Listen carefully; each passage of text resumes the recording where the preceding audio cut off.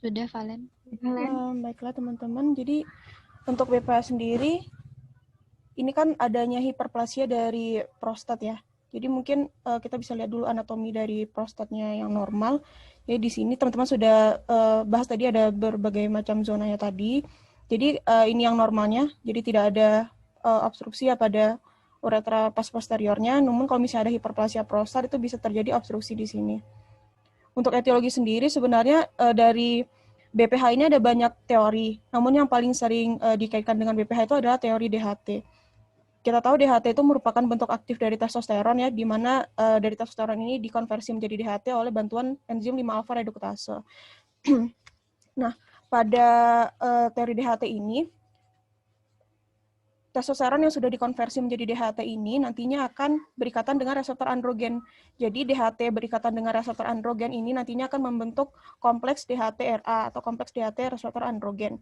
Nah, kompleks ini nanti akan berada di inti sel dan akan menstimulasi sintesisan dari protein growth factor.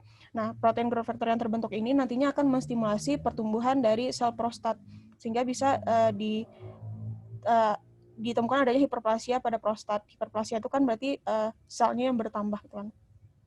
Untuk patofisiologinya sendiri, jadi dikarenakan adanya pembesaran atau hiperplasia pada prostatnya itu menyebabkan uretra pars posterior atau uretra prostatikanya menjadi terjepit gitu kan, jadi obstruksi di daerah sini. Nah, penyempitan dari lumen uretra pars prostatika ini akan menyebabkan aliran urin dari vesika urinaria itu terhambat untuk melewati ini. Nah, akibatnya karena aliran urinnya terhambat, tapi kan dia ini kan tetap menghasilkan urin ya, itu kan menyebabkan tekanan di dalam vesika ini kan tinggi. Akibatnya, karena tekanan di intravesikal ini tinggi, buli-buli itu harus berkontraksi kuat untuk melawan tahanan itu. Akibatnya karena dia berusaha untuk berkontraksi kuat, terjadilah perubahan anatomi di sini. Perubahan anatomi itu bisa berupa di vertikal, kemudian ada trabekulasi, ada selule, kemudian ada hipertrofi dari otot detrusor. Nah, selain itu, karena adanya peningkatan tekanan intravesikal di sini, itu kan menyebabkan bisa terjadinya reflux dari vesicoureter ini kan. Akibatnya bisa urinnya ini reflux ke ureter menyebabkan hidroureter, kemudian reflux ke ginjal menyebabkan hidronefrosis. Hidronefrosis nanti bisa berujung pada gagal ginjal. Untuk gambaran klinisnya itu dibagi menjadi 3, dia ada yang LUTS, itu lower urinary tract symptom, jadi gejala-gejalanya itu gejala berupa obstruksi atau iritasi, di mana ada obstruksi itu berupa pancaran miksi yang lemah, kemudian intermitensi, kemudian miksinya tidak puas dan menetes setelah miksi. Kalau gejala iritasi itu ada frekuensi, nokturi, urgensi, dan disuri.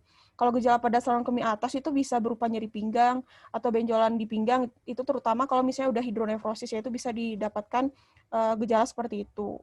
Kemudian kalau gejala di saluran kemih itu bisa didapatkan hernia inguinalis atau hemoroid. Kenapa? Karena pada penderita BPH ini itu kan sulit mengeluarkan kencingnya dikarenakan ada obstruksi itu. Jadi pada penderita BPH ini dia cenderung mengejan untuk mengeluarkan urinnya itu, sehingga karena mengejan terus-menerus secara yang berlangsung lama itu bisa menyebabkan hernia inguinalis atau hemoroid.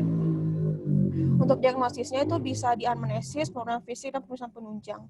Untuk anamnesis kita seperti yang udah jelaskan Sasa, mungkin tadi ya di awal itu bisa menggunakan IPSS, skor internasional gejala prostat. Jadi nanti ditanyakan gejala-gejala ini ke pasiennya, nanti dari jawaban pasien kita interpretasikan dalam bentuk angka, setelah itu kita jumlahkan. Kemudian selain menanyakan gejala itu, kita juga pertanyakan quality of life-nya. Apakah dengan gejala itu pasien mengalami gangguan atau tidak. Nanti baru kita interpretasikan. Untuk skornya bisa dilihat di sini teman-teman. Tadi mungkin saya sudah jelasin ya skornya. Kemudian selanjutnya ada colok dubur atau RT. Jadi ini pemeriksaannya itu nanti kan kita meraba dari prostatnya sendiri ya. Dimana kalau untuk BPH sama karsinoma bedanya mungkin saya sudah jelaskan juga. Pada BPH ini nanti konsistensi prostatnya kenyal, kemudian lobus kanan dan kirinya simetris dan tidak ada apakah nodul. Kalau karsinoma itu kan dia keras dan ada nodul dan lobusnya bisa tidak simetris. Untuk pemeriksaan lab itu bisa diperiksa sedimen urinnya, kemungkinan apakah ada persen infeksi atau tidak, kultur urin untuk mengetahui jenis kuman penyebab infeksi, faal ginjal kalau misalnya kemungkinan adanya penyulit pada saluran kencing atas, gula darah itu kalau misalnya ada kemungkinan DM, nanti kaitan ke buli-buli neurogenik, lalu PSA ini kalau misalnya curiga keganasan prostat. Untuk pencitraan bisa foto polos, ini bisa dilihat nanti adanya gambar retensi urin, kemudian PIV. PIV ini pilografi intravena, jadi nanti bisa dilihat adanya hidroureter, ada hidronefrosis juga. Kemudian TRUS ini transrektal ureterosonografi. Jadi nanti bisa dilihat besar atau volume kelenjar prostat. Kalau TAUS ini transabdominal, ini transrektal, ini transabdominal, ini bisa lihat hidronefrosis TAUS. Kalau PIV itu bisa, kalau dengan ini kita bisa lihat adanya indentasi dari kelenjar prostat menuju ke vesika urinaria. Jadi bisa lihat yang putih ini tuh vesika urinaria. Normalnya dia tuh kan putih semuanya tuh. Tapi di sini hitam-hitam ini tuh adalah pendesakan dari kelenjar prostat yang membesar. Jadi dia membentuk suatu indentasi di daerah sini. Untuk pengobatan tuh bisa medikamentosa, bisa pembedahan. Untuk pengobatan medikamentosa itu pertama bisa digunakan penghambat adrenergic alpha. Kenapa digunakan itu? Jadi tujuannya itu ada untuk menurunkan resistensi dari otot polos kelenjar prostat. Jadi biar dia relaksasi gitu, biar dia nggak menekan dari ureter pas posterior. Jadi diberikan penghambat adrenergic alpha. Contoh obatnya itu ada prazosin, terazosin, sama fuzosin. Kalau penghambat 5 alpha reduktase ini sama seperti patofis yang tadi ya, etiologi yang tadi, itu dikarenakan adanya DHT.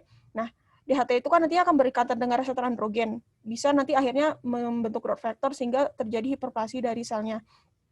Jadi, biar tidak terjadi proliferasi sel, otomatis kan kita harus menghambat DHT-nya kan. Cara menghambat DHT-nya otomatis kita menghambat si enzim yang mengkonversikan testosteron menjadi DHT, yaitu 5-alpha reduktase. Makanya kita berikan penghambat 5-alpha reduktase bagi tujuannya itu untuk mengurangi volume dari prostatnya.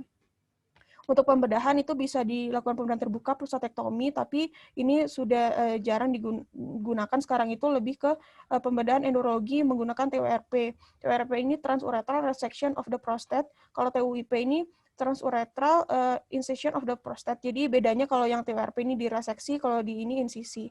Yang sering itu TURP. Jadi TURP itu nanti dimasukkan alatnya itu melalui uretra, terus nanti pas sudah nyampe di prostatnya nanti dikerok atau dilakukan reseksi dari BPH-nya itu tadi.